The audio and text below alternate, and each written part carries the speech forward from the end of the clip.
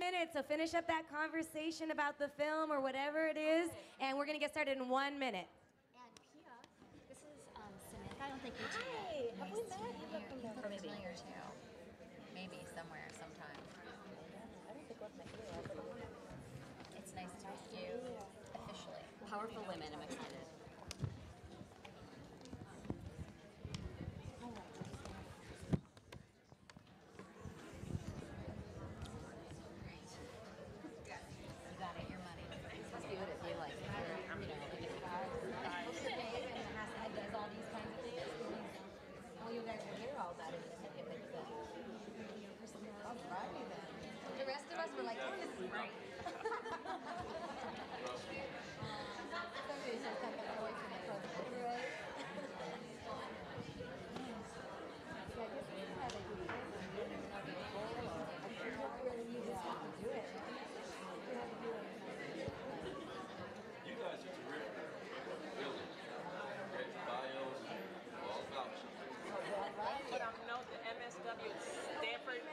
USC is not me.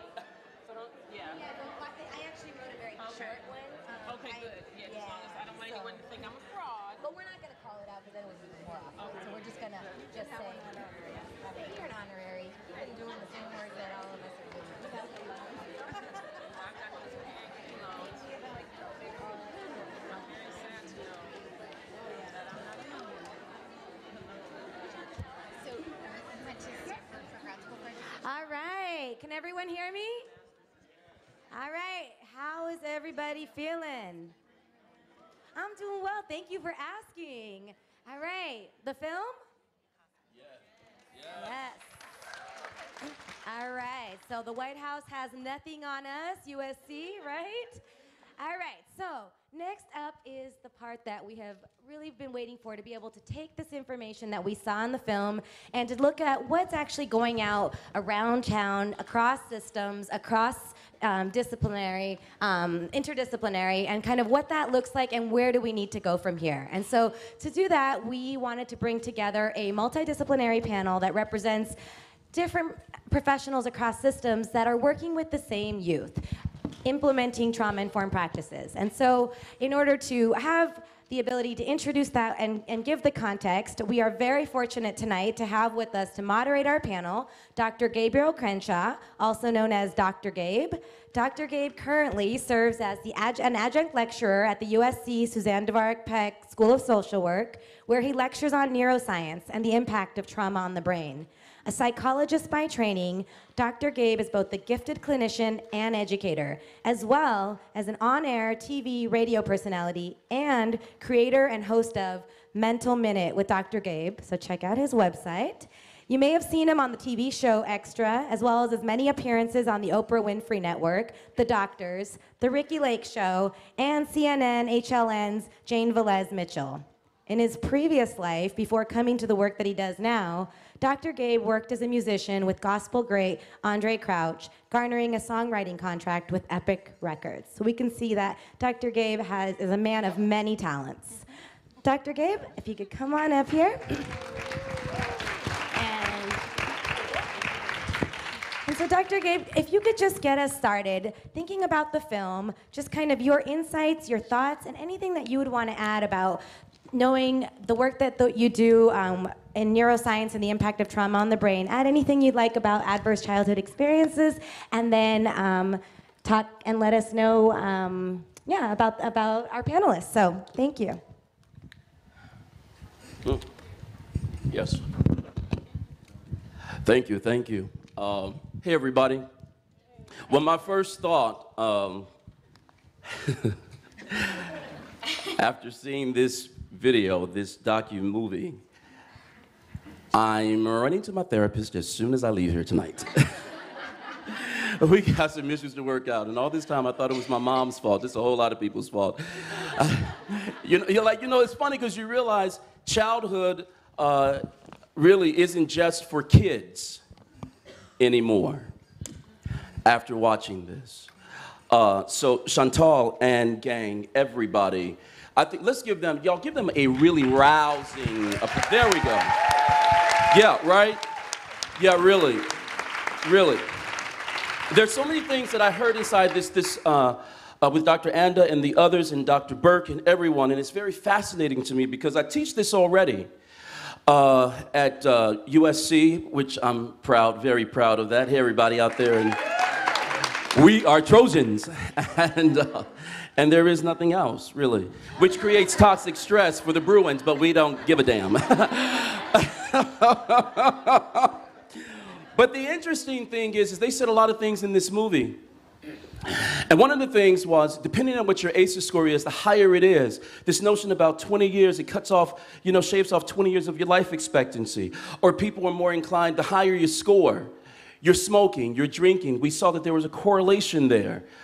And it's interesting to me, with substance abuse on the rise and heroin and all these things that we're seeing, and misdiagnosis of children, ADHD when it's really PTSD, and then Bobby acts out even more, and we go, my God, there's just no help for this kid. And it's us who need the change. This can provide neuronal pathways to alter in our own brains. There is something that has to happen. What is wonderful here tonight is that everybody is on the same page. We're on the same side, helping our children, which is really to help the world. So I think it's interesting. I thought, well, we have the same goals. We're interested in the same things. We want to help our kids because the work that we don't figure out, we're going to bequeath that to our children. Now, come on.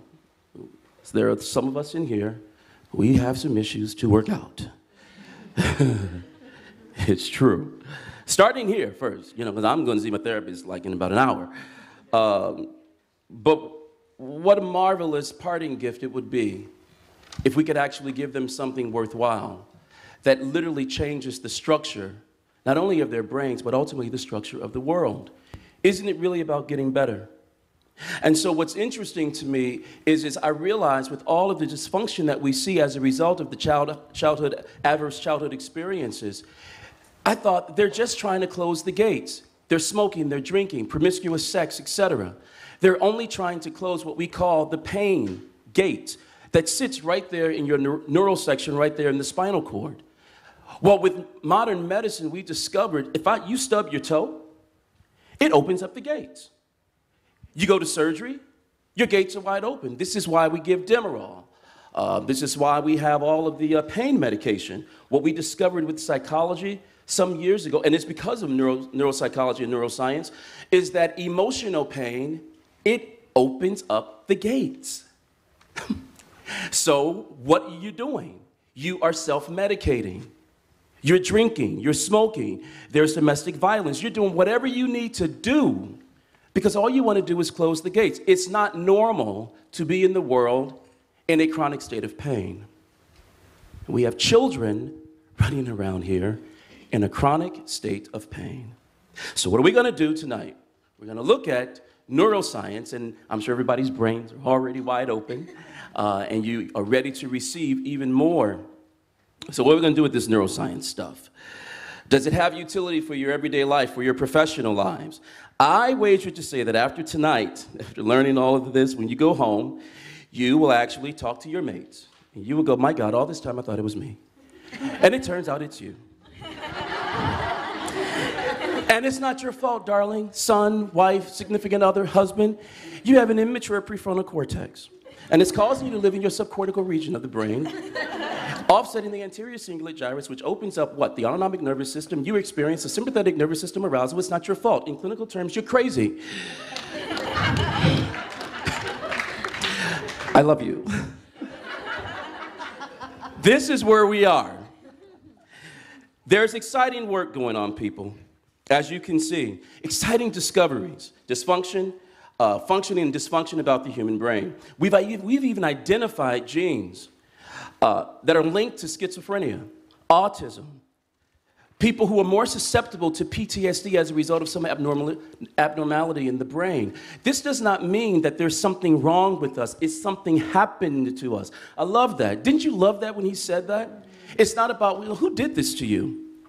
It's more to the point than what's wrong with you? And how many of us as parents have not said that to our children? Because it was said to us. It doesn't bespeak a lack of goodness on anybody's part, does it? No.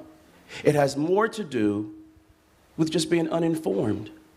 The good news is, so you thought the brain was powerful. Oh my God. It's the ultimate power. So the question tonight will be, with these esteemed guests that you're going to hear from, because I'm going to shut up after I say this, and how are you going to use your superpowers, for good or for evil? Ignorance is no excuse. Everybody in here can't use that excuse anymore. We've zoned in on a number of things now, and so it's important that we now take our rightful place as clinicians, criminal justice people, what do we have here? Social workers, graduate students who are coming into will be our future colleagues. It's important. There's exciting discoveries, childhood experiences, and drama. I'll talk more about that as we move on. But the role of the social worker, let me just say this, and then next is the panel. Yes, for you to introduce. Here we go. Social workers, your role has changed. The old role of the social worker has left the building, along with Elvis. And we must concern ourselves now with what's really important. Educating clients and families about medication. This is your work to do. So you must become informed. Neuropsychological development, of course, is a concern for you. Making the proper diagnoses is everybody's concern, because we don't want to do our patients any harm, no matter how well-meaning our intentions may be, which is interesting because intentions are part of the sensory neurons, and as a result, it alters behavior because it hits the motor neuron and then it crosses over to the synaptic gap and will determine whether or not there will be anything that will sit on the receptor side. Dopamine, yes, we're celebrating. A lack of it, we're in the doldrums. And we don't want to have people enter into the dyad, the therapeutic dyad, and leave worse than what they were when they came. And there's hope. Neuroscience is a large part of that answer. And to get to that, we've got some great panelists with us tonight. And I want to introduce each one of them as soon as I find it in my notes right here. Samantha Buckingham. Samantha Buckingham is a professor of law at Loyola School, where she serves as the director of the Juvenile Justice Clinic at the Center for Juvenile Law at Loyola Law School. Welcome. Give her a hand. Give her a hand, yes. And then we have Pia. Pia Escudero. I swear to God, I worked on this, like, all night. Hablo español, too, Pero, lo siento. Sí, lo que sea. Estudié español 4 años en mi escuela. En mi ciudad, Cincinnati, Ohio, pero nobody. Anyway, lo que sea, moving on. All right. Ms. Escudero is the director of the School of Mental Health and Crisis Counseling and Intervention Services at the Los Angeles Unified School District. Hooray. No, really, hooray. LAUSD is one of the largest in the world, in America. Second largest. The second, who's first? New York. They don't count. That's right. Okay. So anyway, yes, LAUSD, where she supervises over 350 school mental health professionals. You're busy. This is good work. Crisis teams, mental health outpatient clinics, as well as the Wellness Network. Applause. Thank you for coming. And Dr. Selena Grace, her research focuses on the intersection of racial and science identity with an emphasis in social justice science teaching. You're heavy. I can't wait to hear from you. Give her a hand. We're glad to have you here.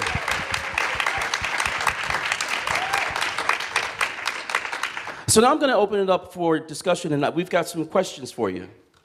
All right? First question. Pia, how about you? Will you start off this answer period for us? Here's the question. Give her 60 seconds on the clock. I always wanted to do that.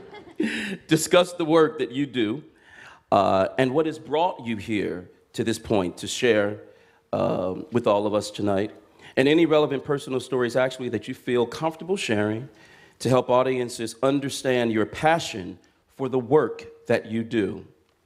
And what does trauma look like? And how does it play out in the work that you do? In 60 seconds. We'll give you a little bit more. First of all, good evening.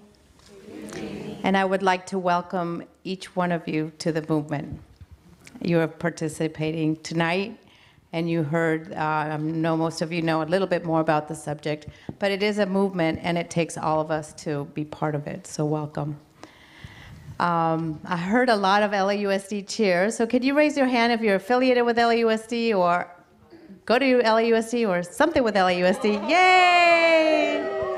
Thank you. We do have a largest field instruction program. I think Masters of Social Work, I'm a double Trojan, so undergrad and grad. Yay. So I want to tell you a little bit about my story. Some of you have heard it. In 1973, I was 9 years old. I think I was 8 years old in Santiago, Chile, and there was an overthrow of government. A democratically selected President Salvador Allende was overthrown on September 11th of 1973. So September 11th has a lot of meaning for me. And a year later, my father, who happened to be a doctor, a gastroenterologist, and a professor of medicine at Salvador Allende, the university was shut down, schools were shut down, there was a lot of economic demise, and some of you saw that movie Missing.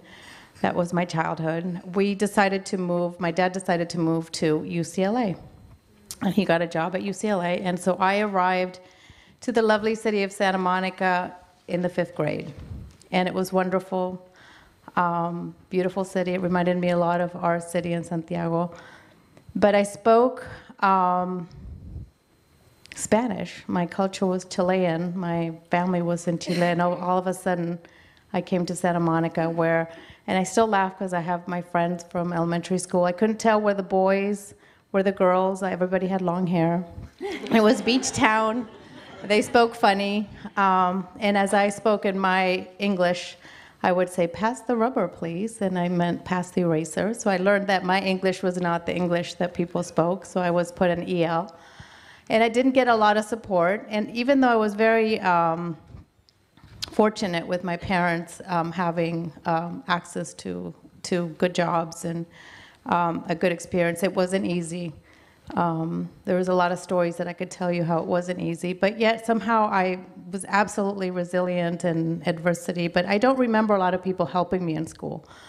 So with that, and I see the childhood that is portrayed in this wonderful kindergarten class, and I think a lot of us have good experiences about school, and it's a wonderful time to be a child. So I have an affinity to school. It's beautiful to work in the school system. There's a beginning of the school year, there's Christmas, there's New Year's, and then there's summer vacation. And so there's something beautiful about being a social worker in a host setting as an education. And so with that, I started working in the district right after I graduated in 1988.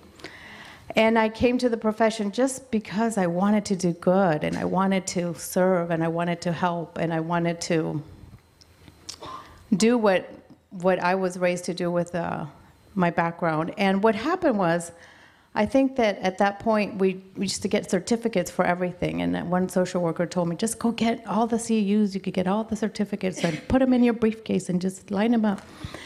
But as I started doing different services.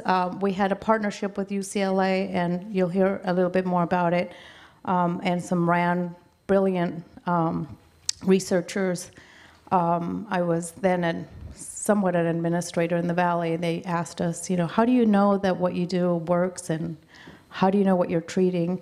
And we started asking questions, and we really tried to look at our work with crisis and how children were responding to crises. And we learned that trauma was really prevalent. And we learned that with this research team that we had, how to screen and how to treat for trauma. And that work that started in 1999 continues today. And I can't tell you the history of our treatment because we started doing these screeners in the classroom and small group therapy. And then the shift in school mental health has been to get evidence-based practices. And I think our profession in the last 10 years has just grown monumentally to the point where today we have partnerships with many different groups, and one of the most exciting partnerships, I don't want to dismiss all our partners that we have, but we have a partnership with the Nathanson Resiliency Center at UCLA, and they've been working with military children. And basically what they found is the trauma in military children because of ACEs, deployment and domestic violence and substance abuse were so high. They developed this curriculum in the classrooms, and today what we find is that we really have to do this universal curriculum for all our children. We find that with the data that we're getting, about 98% of our children have at least one traumatic event in the classroom. So if we choose to do therapy with that one child, that means the other 99% of children are not getting our skills and our therapeutic approach. So with the 60 seconds that it took over, but I just want to tell you that I think our approach today is that everybody needs a curriculum where they learn resiliency skills, problem solving, goal setting, and just help seeking behavior so that when they need that extra therapy, because I believe that they will, if they don't at that point, they will in the future, they can get the right therapy. So I think it's absolutely our task as professionals to learn the best tools so we can help our children be resilient because they will need it and they will need high-level skills. The stories we get are just phenomenal. Our kids come to school the night before a parent was killed or they witnessed something or they lived through something, then they come to school. And we as adults have to be ready to provide support. So this movie is exciting because we're going to use it with educators. We're teaching teachers and administrators and our own staff. And I think LAUSD is really in the forefront of this work. I think it's part of our work, and we've been educating educators. I just did a training today of a whole local district principals, and some had heard and some haven't heard, but I think it's our task to educate all teachers and all administrators, everybody that works, and all adults that work with children. Thank you. Thank you very much. Dr. Selena, same for you. Could you discuss a little bit the work that you do and what brought you into it? Sure. Okay. It's so funny that after about 19, almost 20 years in front of the classroom, this is actually the most nervous I've ever been in my life, just being honest. So what brought me to the work? At one point, I used to tell people that teaching was my act of revolution. And over the last literally couple of years, and even more so, this is my second time seeing this film. I've seen Paper Tigers twice. I realized that teaching is really my act of healing. Wow. I was born into trauma. You know, without going into detail, I was born to a teenage mother. I think she was 17 or 18. And so many of the things that you hear that come with that, the poverty, et cetera, were very much a part of my life. At 8, I was suicidal. I didn't realize it until I was 13, and I found a Hello Kitty journal that I can still see as clear as day, and I was reading through because that's what my friends were doing, my very middle-class, well-off friends in Palo Alto. And I thought, I'm gonna, I have some old diary. And what I found devastated me. I was saying, I wish I was dead. I wish I could die. I wish I could kill my grandmother.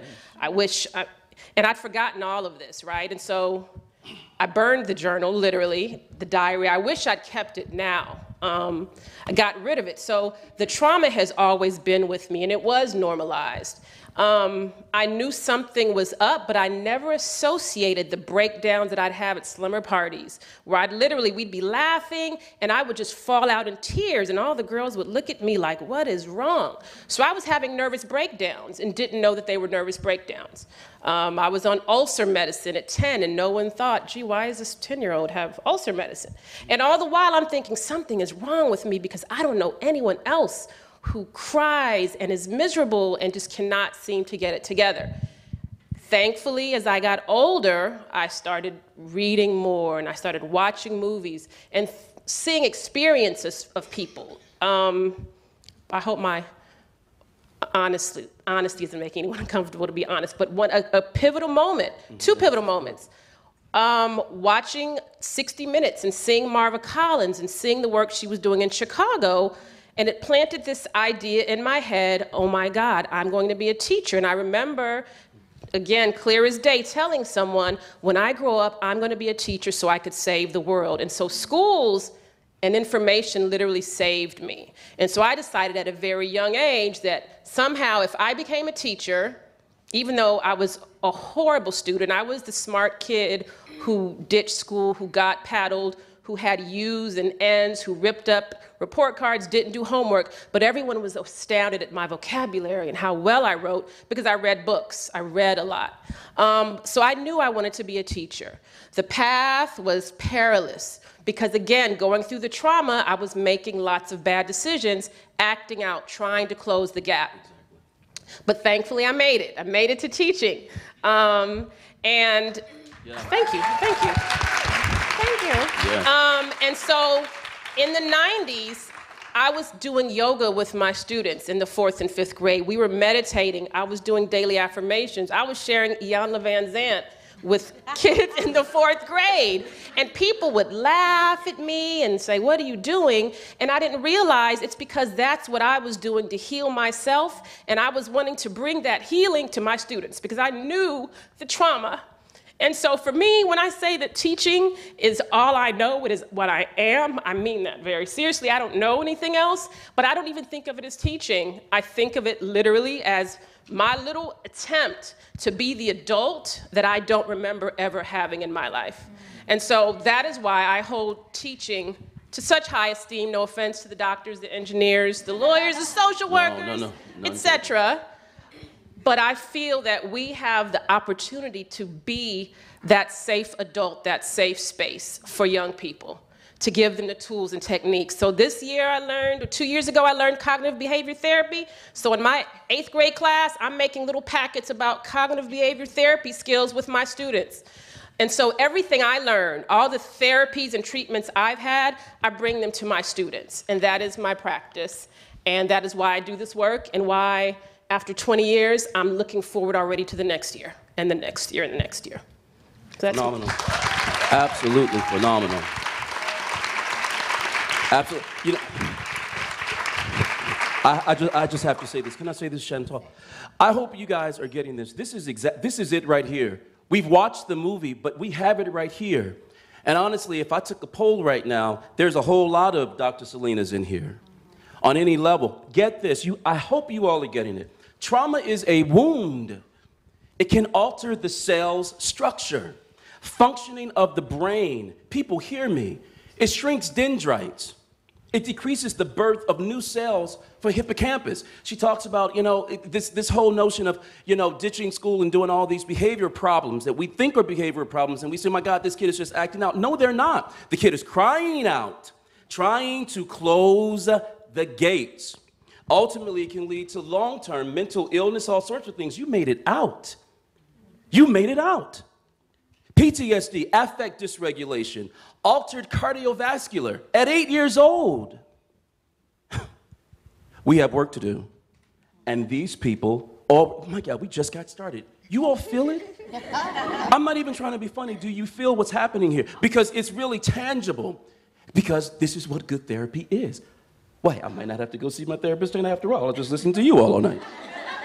Next we have Samantha, would you, please, what brings you here to the work that you do and on this stage that you share the work in the world? Thank you. Thank you. So I am a lawyer, and before I became a lawyer, I taught high school at a school for kids in the justice system. So when I went to law school, I really wanted to work in juvenile justice, and I've been a public defender representing kids and adults. I have worked really closely in a holistic model of representation that we have now at Loyola Law School's Center for Juvenile Law and Policy, working hand in hand with social workers, and one of our social workers is here tonight, I think taking my picture right now. Vanessa, thank you. And I think I probably got into this, well, I know I got into learning more about trauma for the same reasons that all of you are here tonight. It was something I kept seeing, and I wanted to know more about it. And at a certain point, I realized that, all of the love in the world that you have in your heart isn't enough to fix it, that you need more tools than just simply loving someone out of trauma. And I'll tell you a story of a particular client who really inspired me. She was one of my first clients when 13 years ago I was a public defender starting off in juvenile court in a city far, far away called the Washington, D.C. District of Columbia. And she was 13 years old and was going up to random women and just hitting them. And she would just go up on public transportation, hit the woman, go on. And they put it on the news, right? Have you been on public transportation and hit by this little girl? And my client was arrested, and people started calling in saying, yeah, I was hit by her too.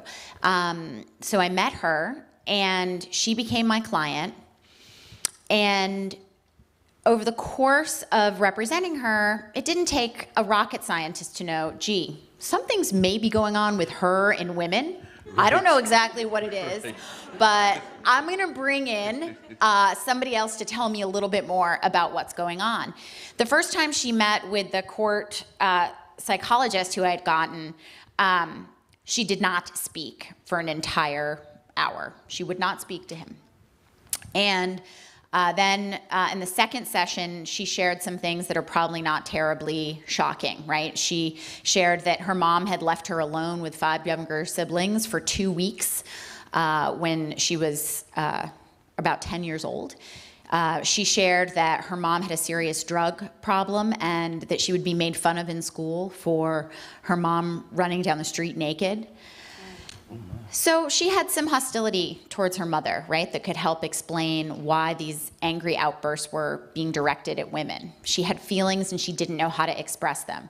She is, to me, the ultimate example when I hear this, this phrase from the movie and that Dr. Gabe had mentioned of asking a child, what's wrong? What happened? Right. Rather than what's wrong with you. Right.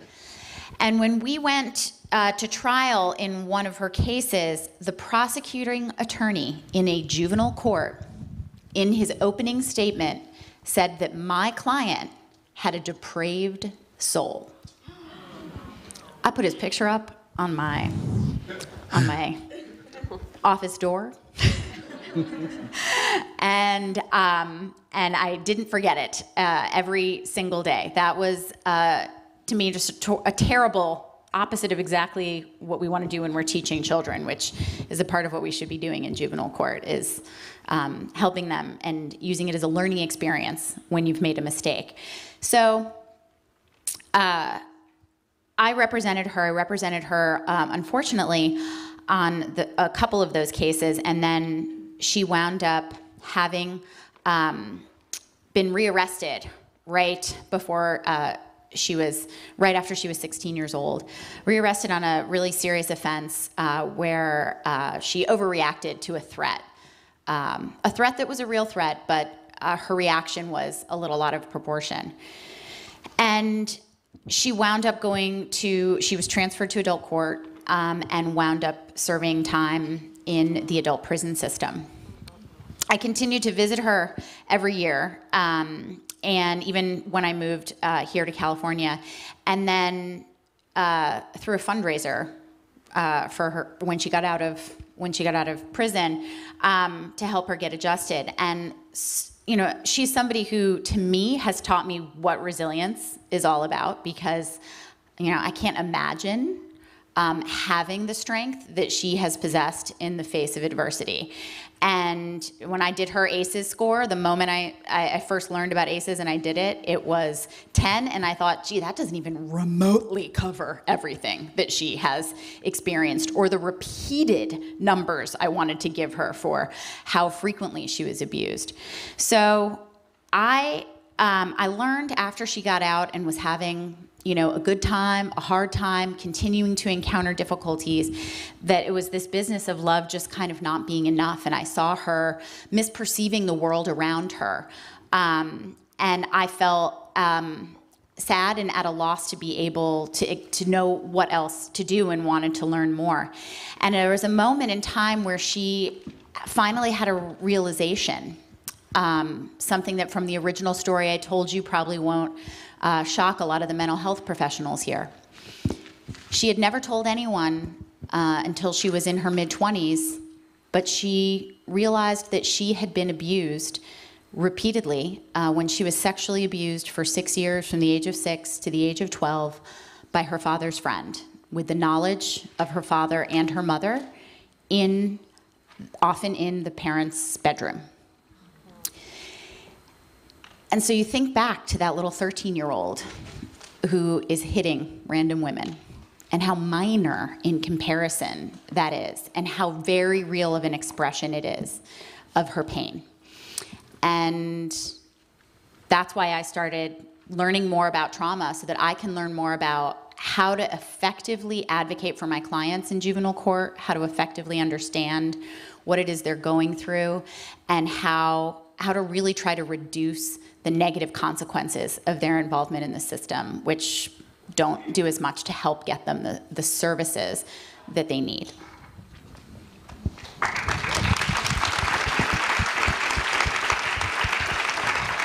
Thank you. There's so much to all of this. You said something and it struck me, attorney. I have a neighbor who calls me the same thing. Really? Yeah. This is an easy crowd. I can say, it's cold, and they just laugh. She overreacted to the threat. Many of you probably have had patients already. Or, you know, or your husbands or wives have done the same thing, overreacted. And we go, whoa, you were offended, but that response doesn't match the offense. Children who are exposed to trauma, the usual first reaction is hyperarousal.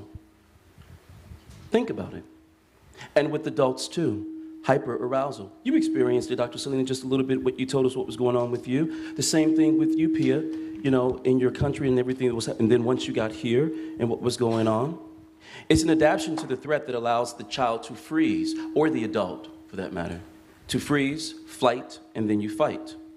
And then the child becomes vigilant, crying, screaming, tearing up report cards, skipping school, yelling at teachers, etc. You've seen it, right? The sympathetic nervous system is activated. That's why you see that. And we're asking the kid to modulate an affect, but nobody bothered to modulate the offense that initially was the etiology for what looks like psychopathology. It really is about a level of empathy that we have to have, and knowing and understanding neuroscience. So here we go. It results in increased heart rate, blood pressure, resistance sets in, the child freezes. Why do they freeze? Because they become defiant, and then aggression steps in. But what are they doing? They're in their subcortical region doing what? What is the amygdala responsible for?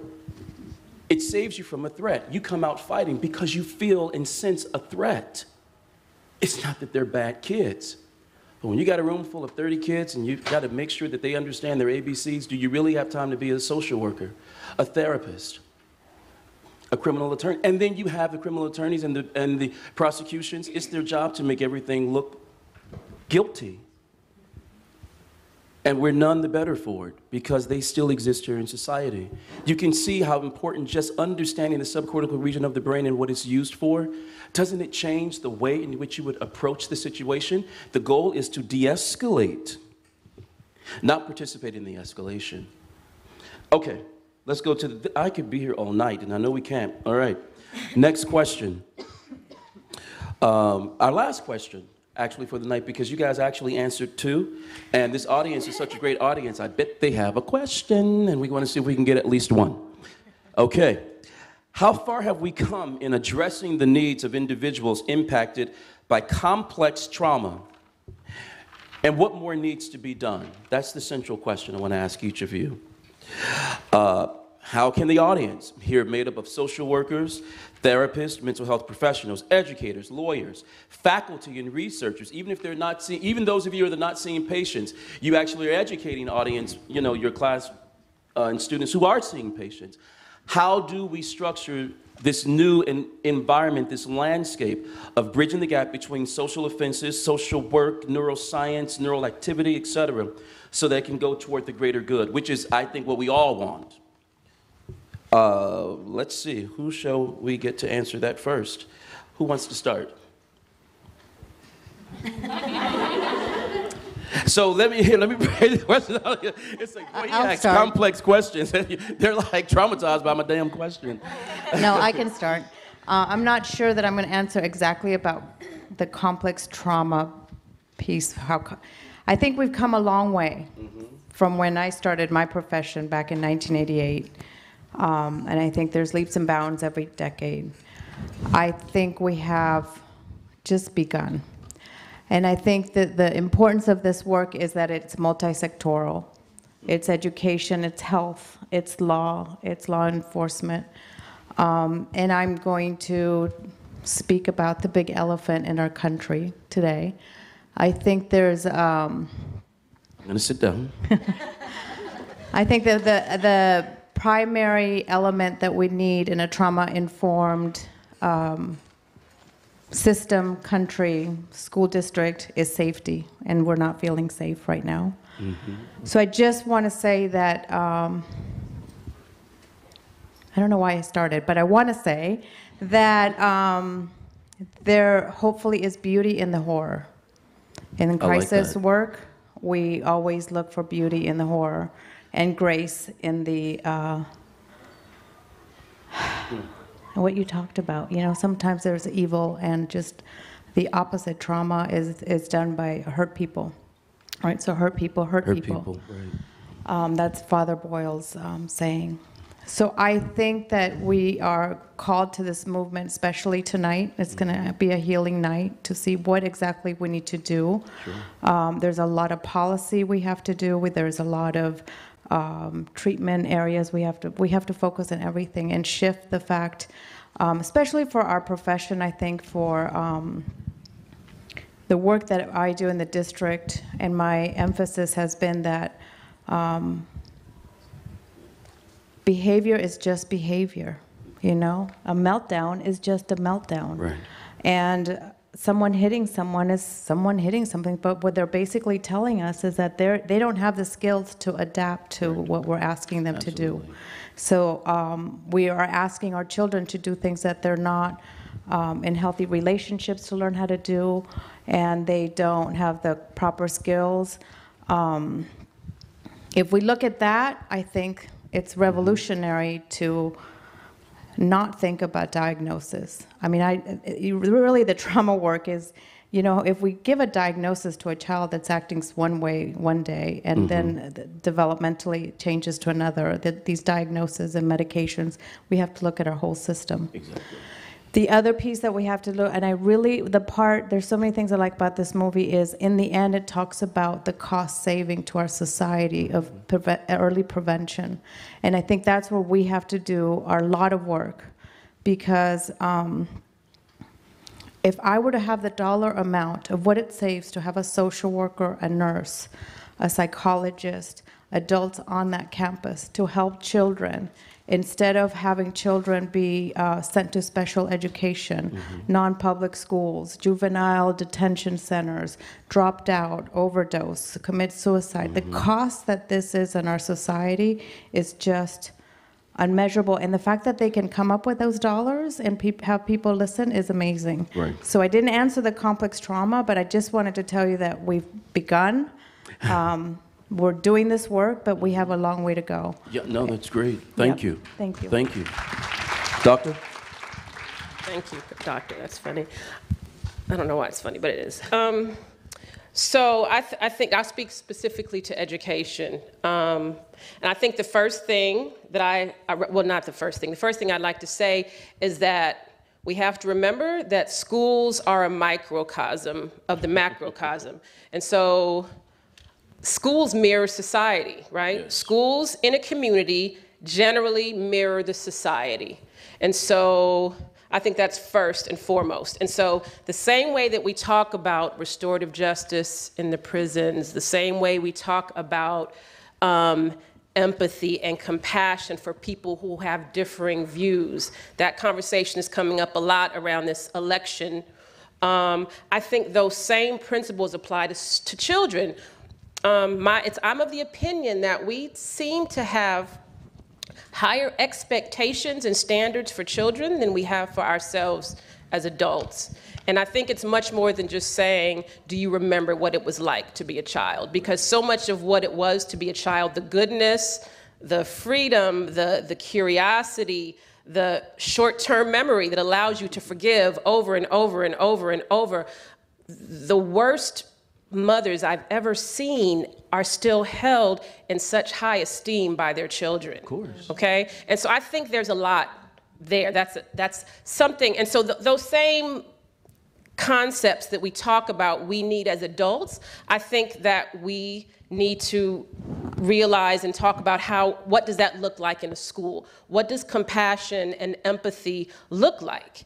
And if we know and agree that we want more compassion and empathy in our schools, we know that these things don't just spring up, right? That we have to teach them. So this idea that in the same way that you teach the alphabet and numbers and algorithms, we have to teach empathy. We have to teach compassion. And so for me, I tend to think that, I'll say that we are in this cul-de-sac of change, okay? And I say that we're going to stay in this cul-de-sac as long as we are saying it is their responsibility, it is their job, it is their fault. And so for me, the movement, because this is a movement, as they said in the film, it starts with the individual. And so if we as adults cannot sit and figure out what our ACEs score is, which I think is a really good way to start having an honest conversation with yourself, to look at the trauma that you've experienced, the traumas that you haven't experienced, to look at how you've internalized the misogyny, the patriarchy, the rape culture, all of these things that we talk about that we say they are like that. We have all grown up in these societies, many of us, because a lot of these issues are global, so we have internalized it. The best we can do is be in recovery as far as I'm concerned. So as much work as I've spent reading all the right books, going to the right lectures, I'm in recovery from racism, from patriarchy, from misogyny, from rape culture, from all of these things. And I think we all are. And so for me, until we individually do that really deep and uncomfortable and painful internal work, there is no way that we can effectively, I as a teacher, model or help my students do anything. It's more of the blind, a more advanced, degreed blind person leading the blind. So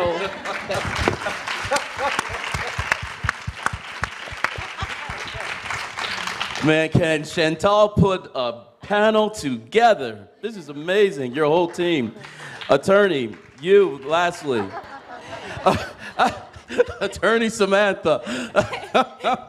Thank you. I think the most important thing going on in my field is education. And education happens one case at a time for the most part. And very often it has to fall on the shoulders of a defense attorney. We have to educate the court, the judge, we have to educate the probation officers, we have to educate the prosecutors about what trauma looks like, that a kid who brings a knife to school, it's not about them being a bad kid because they brought a knife to school. It's about what happened that made you feel so unsafe that you felt like you had to bring a knife to school, right? This is an opportunity to intervene. And so often trauma has been used as something that is an aggravating factor. And when I say it's an aggravating factor, it's something that even if a defense attorney may know about it, they might not want to bring it up in court because they're worried that their client's going to be taken out of their home, right? Further compounding the trauma that they've experienced already in their short lives by going to a juvenile hall or being incarcerated somewhere, which is in and of itself a traumatic experience. There's a lot of cause for hope. There's a lot of cause for hope. We know that children are tremendously resilient. We know that their brains are experiencing one of the greatest phases of neuroplasticity, ability to grow in positive ways in response to the experiences that they have when they are in their teens and their early 20s. And that means that we have a responsibility to provide them with learning opportunities. So it's much better to go to a museum than it is to be locked in a cell, pretty much. That's the short version there. So we have to educate the court, and the way that everybody here can help is it's hard sometimes to educate everybody else when you're the defense attorney. You've got to turn to other experts. So if I were to go in and say ABC, they might listen to me, but if I bring an expert in, somebody who's a psychologist who's talked to my client, who can put the trauma my client's experienced into a framework of adolescent development, into a framework of resiliency, and can give some specific instructions about how to be strength-based in dealing not just with the child, but with their family to promote long-term success of everyone, then everybody's gonna listen.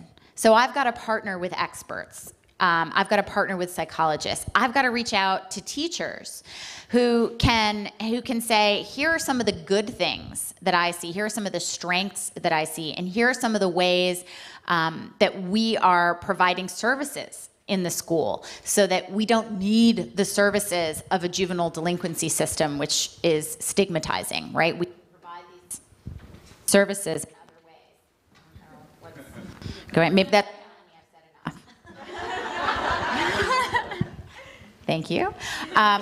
There is room for everybody to help, and if you know a child who's system involved, I would encourage you to reach out and talk to their attorney, because it's just gold. It is absolute gold to have anybody who's in that child's life be able to talk more authoritatively about their strengths and allow us to change the narrative in court to one that is really strength-based. We know that kids have such tremendous opportunity to grow, and that they can make mistakes, and it's not reflective of some defect in their personality. But sometimes we gotta beat that over everybody else's head. And one other thing that's very, very important is the way that kids experience the system.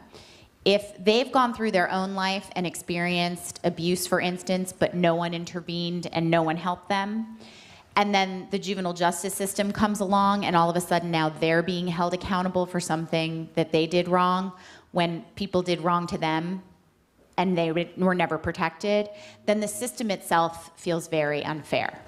We have a fancy legal term for it called due process. You know, it just looks unfair. But due process, all that really means is that's not fair, right? And if that's not fair, then it doesn't teach a kid to follow the law in the future. And that's a big concern, right? So we want to treat people fairly, which means providing them with the help they need for their problems. It means recognizing the strengths that they have and shoring up those strengths so that they have the greatest chance of success in life. So, thank you.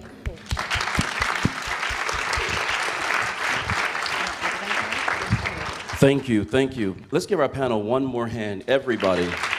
What a great job. And a hand to you guys, too. You've been a terrific audience. And I just want to wrap up, really, just very quickly. Attorney Samantha says plasticity, and I wanted to talk about that. If I can leave you with a couple things. We are on the cusp, I do believe, of a revolution in the way that we think about brain and behavior. Good thing. Plasticity, all of these things matter. The mental processes and the brain processes, therefore, it's all connected. It's inextricably linked. So that means the disorders of mental functioning are really biological diseases. Columbia University agrees with that, Dr. Kandel, Dr. Insel, I mean, any number of people. And this idea that mental illness is no different from heart disease or diabetes, as we saw in Resilience tonight.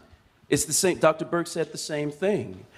The endocrine system is involved. We're talking about something, an affront that happens to you emotionally, which actually goes into your sensory neuron, impacts your motor neuron. It doesn't get more medical than that. We're not trying to create doctors out of everybody here tonight.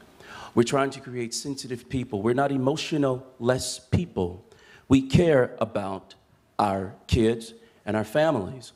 Intergenerational transmission of disease and of relationships. Bretherton's work. If we can understand that, helping the parent helps the child. The parent raising the child, eventually the child becomes just like the parent, if not protected, if there aren't protective factors in place. Brain plasticity will help to change that. I think it was the attorney who said, I feel like I'm picking on everybody. First it was doctor, then Bia, and it's like, okay, now it's your turn again. But you said that the 13-year-old sat in the initial session and didn't say a word. Do not ever be discouraged, people. If you are the attorney, if you are one of the professionals, but you're not the clinician, and you're going, well, this kid is resistant, they're not. I want you to understand that good work is happening in that moment. It might be the first time that the kid had an opportunity to be in this kind of dyad situation where the noise could stop. The neuronal pathways in her brain are already changing in the silence. Mindfulness.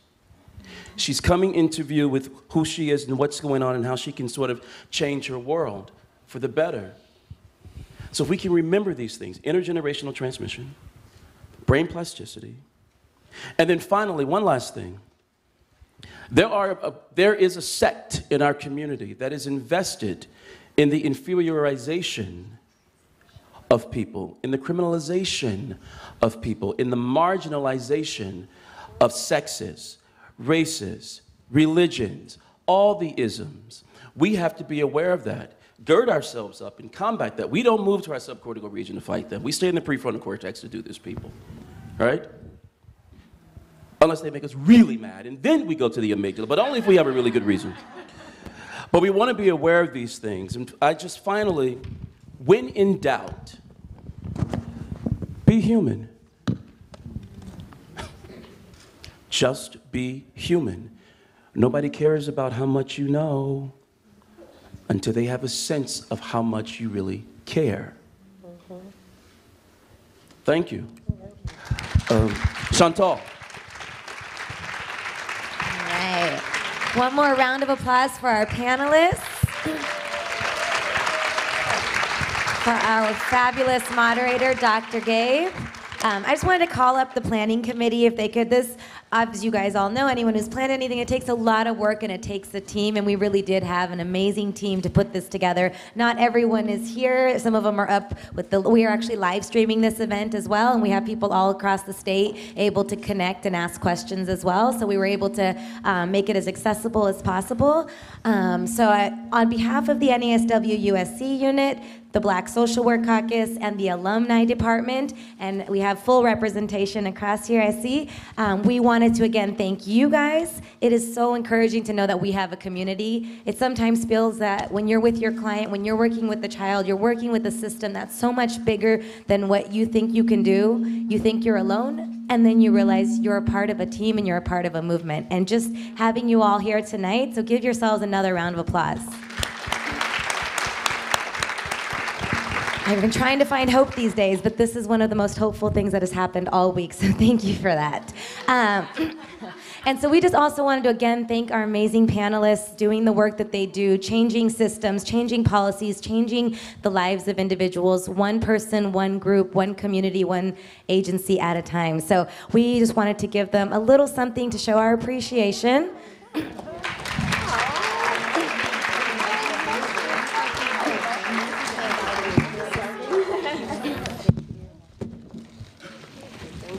And now that you guys are here, we hope that you guys will continue this opportunity to engage with each other, to talk to the person next to you. If you haven't, just say hello to the person next to you. Ask them their name, get their phone number. All right, so what we were hoping is that Michelle just has a few last words on some technical stuff to make sure everybody gets what they needed. Well, I'll let Michelle come and share that, but please continue. We have the lobby open, we have the stuff available, we still have everything out there, so please continue this engagement and discussion as we go on, and I'm just gonna give the mic to Michelle Newman, who is our vice chair for the NASW unit, my former student and an alum at the USC School of Social Work, to finish it up. Thank you. Thank you, everybody. So what an awesome panel. I hope that you guys continue the conversation and network with each other in the lobby. They'll be in the lobby as well. We also want to remind you guys to get your guys' CEUs. If you are signed up to get CEUs, there's Danya. She'll be at the check-in table for you guys. Also, as Chantal was saying, I'm vice chair of the NASW USC unit, and we actually have a little sign-in sheet at the check-in table if you want to sign up for our listserv. We hold different events. Our next event is actually about the post-election reactions and how we're going to be grappling with that as students. So please feel free to sign up for our listserv at the check-in table as well. Thank you.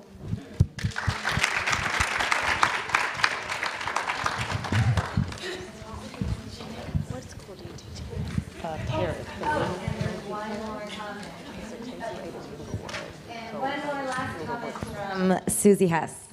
And if anyone's interested in getting involved in the Trauma-Informed Task Force of Greater LA, we need you, we need your voices, we need more capacity. So please sign up. There are sign-up sheets in the front, and you can also take our one-pager to explain more what we're doing as well. And we're grassroots, we just launched a year ago, so please sign up. Thanks, guys.